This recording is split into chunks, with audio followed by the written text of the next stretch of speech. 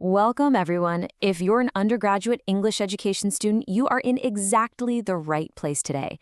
So this explainer, it's designed to take a totally everyday experience, literally just scrolling through your social feeds, and completely transform how you interact with it.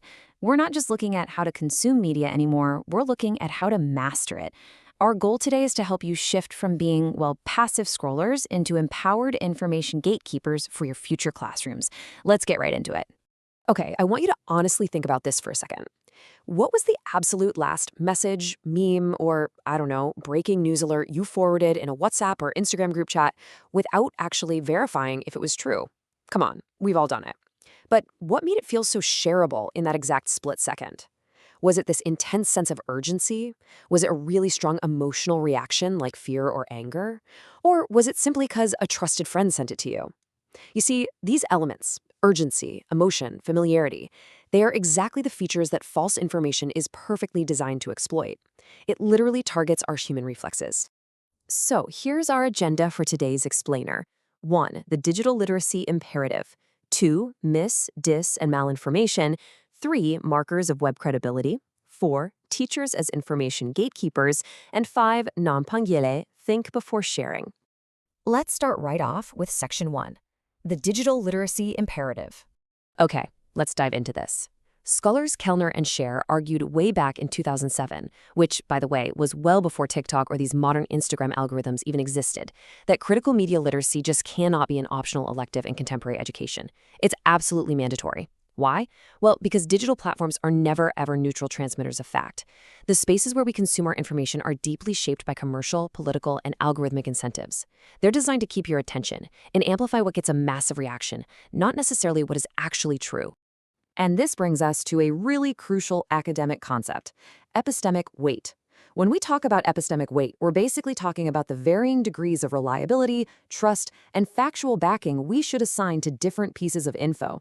Think about it. If you treat a highly emotional, viral post from a totally anonymous user with the exact same level of trust as a peer-reviewed academic article, well, you're committing a really dangerous category error. Digital literacy training exists to prevent this very mistake.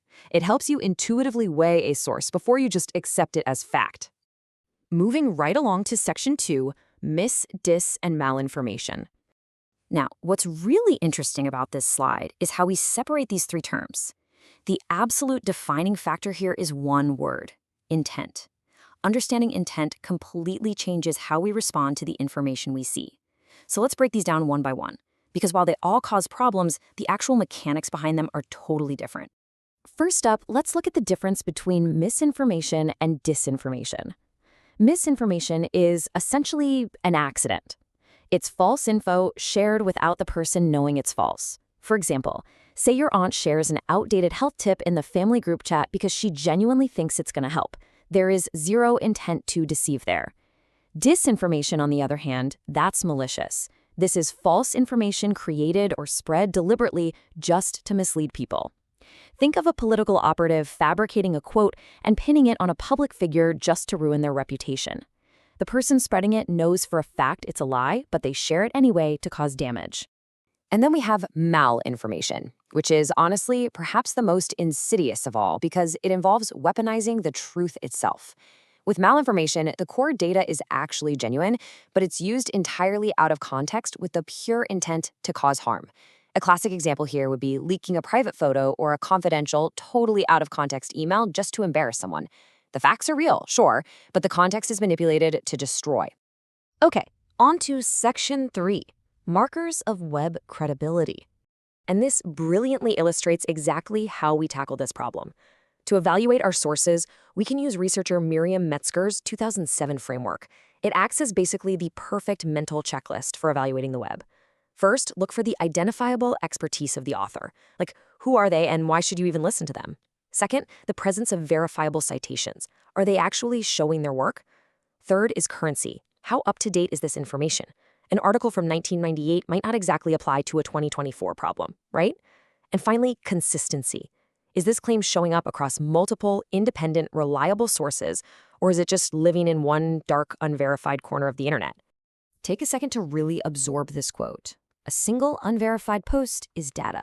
a claim confirmed across several independent, credible outlets is closer to information. That perfectly captures the goal of looking for consistency. One tweet, one viral TikTok, some random blog post, that's just raw data. It absolutely does not graduate to the level of reliable information until it has been confirmed and vetted by independent, credible outlets. Next up, Section 4, Teachers as Information Gatekeepers. So the crucial point for all of you is this. As a future English teacher, you are going to be a trusted information gatekeeper for your students. They are going to look up to you. And modeling careful source evaluation is itself a really profound form of instruction. Your students will watch and absorb exactly how you interact with digital media. If you share an unverified article in class or forward a questionable rumor, you instantly legitimize it in their eyes. Whether it's explicitly written on your daily lesson plan or not, your digital habits are always teaching them something. So make sure you're teaching them the right habits. Finally, Section 5, Nompangile, think before sharing. Nompangile, this is the local philosophical value from Central Sulawesi of exercising careful deliberation before acting. I really want you to view Nompangile not just as a beautiful piece of cultural heritage, though it is that, but as the ultimate practical behavioral solution to algorithmic chaos and disinformation. It's a mindset, one that directly combats the urgency and emotion that digital platforms use to, well, basically trick us into sharing bad information. Practicing Nompangile in the digital age essentially boils down to these 4 actionable steps. First, pause before acting. Literally break that emotional circuit. Second, identify. Who actually created this content? Third, question. What is their motive? Are they trying to inform me, sell me something, or maybe just make me angry? And fourth, verify. Has this been confirmed anywhere else? Notice how beautifully this aligns with Metzger's credibility markers?